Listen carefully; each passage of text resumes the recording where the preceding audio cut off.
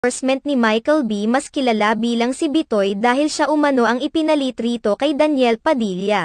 Makikita ngayon sa Instagram account ni Bitoy ang kanyang panibagong endorsement ng BPI. Masaya si Bitoy dahil sa pagkakaroon niya ng panibagong endorsement. Aliw na aliw din ang TBC dahil ipinakikita siya sa different characters na labis na kilala siya. Siya rin ang kumanta sa jingle na madaling kabisaduhin at maarin ay sing-along. Gayunpaman, tila nababalot naman ng issue ang panibagong endorsement ni Bitoy dahil sa mga lumalabas na haka-haka na pinalitan lamang niya rito ang aktor na si Daniel Padilla na naunang ambasador ng BPI para sa mga OFW at mga pamilya ng mga ito na nasa bansa.